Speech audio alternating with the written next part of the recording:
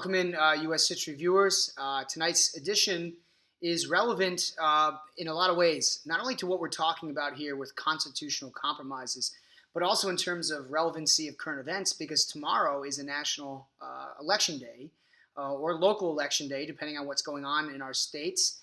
And we're also here this morning, this evening, wherever you're watching it, to talk about the process of voting and how that was yet another compromise in the Constitution. So while a lot of your parents and teachers and coaches and uncles and aunts and whoever else in your life may be out there voting tomorrow on November 7th, back at the time of the Constitution, voting was an ambiguous issue that really the federal government, the new national government under the Constitution, what ultimately was decided is that voting would be left up to the states, not to the national government. Tremendous difference here. And for those of you that are working on the 10th Amendment, I think this is a really key issue for your purposes, because here's an example of a power that was given to the states by the national government. And that's effectively what the 10th Amendment has to deal with, really just the powers that are not of the federal government become powers of the state governments. So states were allowed to determine voting, not the national government. In the original Constitution, you will not find any voting requirements whatsoever. The voting requirements were left up to the states. Okay, so there's the kind of like fact-based establishing point. Let's make some sense of what that all means, because if there's no national government voting requirements, then ultimately the states got to decide who could vote. So here's a moment in time where we've talked about how so far there were a lot of things being done to sort of restrict certain people from having access to some of the rights of the revolution. We read the Abigail Adams letters to her husband, John. We talked about how slaves were denied certain privileges and blacks were denied certain privileges. And were sort of left out of the all men are created equal. And then, of course, we talked about the issue with slavery. So in theory, if a state wanted to, a state could give blacks the right to vote. A state could give women the right to vote. A state could give natives the right to vote. And that's the distinction and the importance of the Constitution determining that states would have the rights to determine voting qualifications. That was the state's powers and privileges. In a couple cases, maybe one of the most fascinating cases to look at here in this whole dilemma of states allowing for certain people to vote. Look at New Jersey. New Jersey was one of the only states that initially allowed women to vote. Yes, you heard that right. New Jersey allowed women to vote. However, New Jersey eventually took that right away from women in 1807. So despite the fact that one particular state gave women the right to vote, most states did not. Most states did not give blacks the right to vote, whether they were free or not. Certainly slaves were not given the right to vote. Native Americans were not given the right to vote. So for the most part, the majority of voting was left up to the land-owning white males. Land-owning white males. L-O-W-M. Land-owning white males. Each state effectively set up voting requirements that made it possible for only land-owning white males to vote.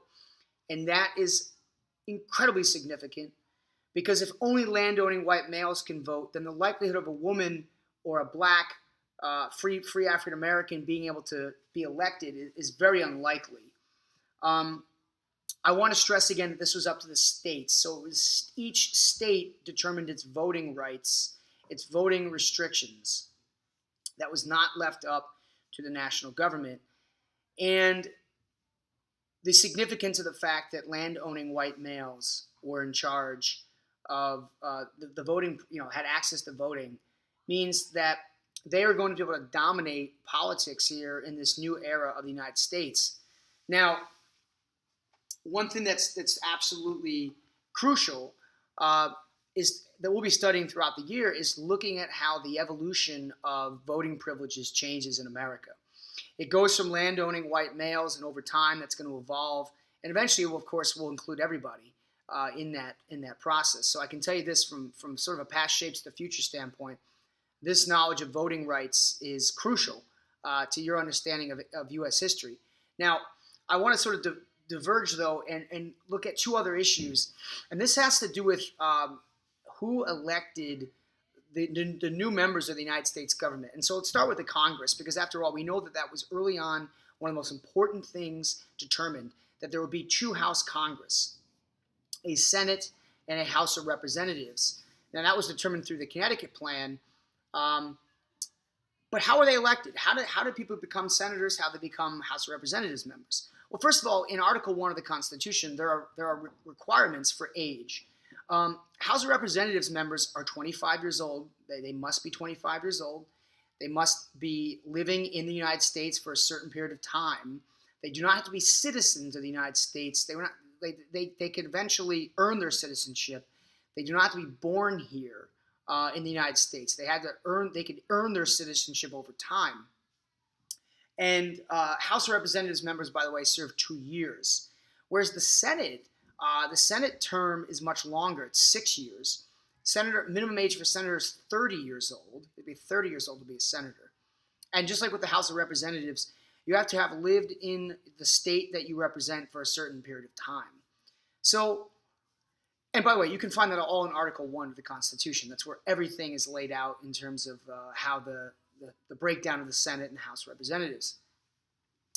But one thing that was also broken down is the election of these two houses. So while they may have differed, not only did they differ in terms of how long they served, how the minimum age you could serve, but also there was a difference in how they were elected. The House of Representatives were actually elected by popular vote, meaning people in their states voted for those representatives. Now, you can only vote for representatives in your state. In other words, if there's a representative seat open in Arizona, only Arizona people can vote in that election. That's true even of today.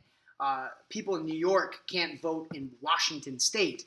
That's contrary to the way that the voting is set up. So House of Representative members are chosen by people living in their state. Now, keep in mind what I just mentioned a few minutes ago about land-owning white males having all the power in voting. So land-owning white males were able to dominate voting, and especially in terms of the House of Representatives. The Senate, on the other hand, this is a little bit different. The Senate was determined not by the popular vote, but they were actually chosen by the state congresses. So hang on to that thought for a second. State congresses elected senators. Now, this is a big difference because the popular vote, which means the people decide, only the House had that privilege. In fact, we're going to talk about that momentarily. That's the only part of the national government determined by the popular vote. So in terms of the senators, the state congresses and all 13 original states had their own congresses. Just like today, all 50 states have their own congresses. So the election of the two senators that each state received, the election of those two senators was determined by their state congresses, not by the people. And so therefore those state congresses made those decisions. Is that still true today? No. That's been changed in the Constitution, and we'll be talking about the 17th Amendment later in the year. Okay, so here we are. We're at the point where we're now going to really be getting into tomorrow, arguably one of the most important compromises that exists in the Constitution, and that is the existence of an executive branch. Now, we know that the United States is a three-branch government thanks to Montesquieu's Enlightenment ideals. But the election and the creation of an executive branch, specifically with a president, was without a doubt one of the most controversial and hard-to-decide compromises in the Constitutional Convention. We'll talk more about this a little bit in class, but what I want to sort of set up for you tomorrow is what we're really going to be talking about is how is the president elected. And the president is elected not through the popular vote, not through state congresses, but rather through one of the more incredibly difficult sort of to comprehend, and I'll be making sure to break this down with you. It's a very complex process, and reasons why we'll be getting into tomorrow. In fact, that's what I really want you guys to be thinking about. And the process for electing the president is quite simply known as the Electoral College process. The Electoral College, now where does this college exist? Is it somewhere that you could apply for a scholarship for? Do they have a great Division I basketball team? No, there is no Electoral College. It's not a real school that you attend. But I remember when I first heard about the Electoral College years ago, that's kind of what I had in mind. Rather, the Electoral College is a representative body of people per state. Each state has members of what's called the Electoral College. And the Electoral College is selected. They're actually voted to then go vote to determine the president. So it's a group of people who are chosen to then eventually go vote for the president. Okay, therein lies a lot of potential for confusion. So I don't want to overwhelm you too much on this video, but one of the things that I want you to realize is that in the election of the United States president, the popular vote does not guarantee that you will become president. If that were the case, Hillary Clinton would be president and not Donald Trump. There are numerous examples throughout American history where a presidential candidate has won the popular vote but not won the presidency. And how can that be? People were shocked last year. How could this be? How could this be? Well, look towards the Constitution.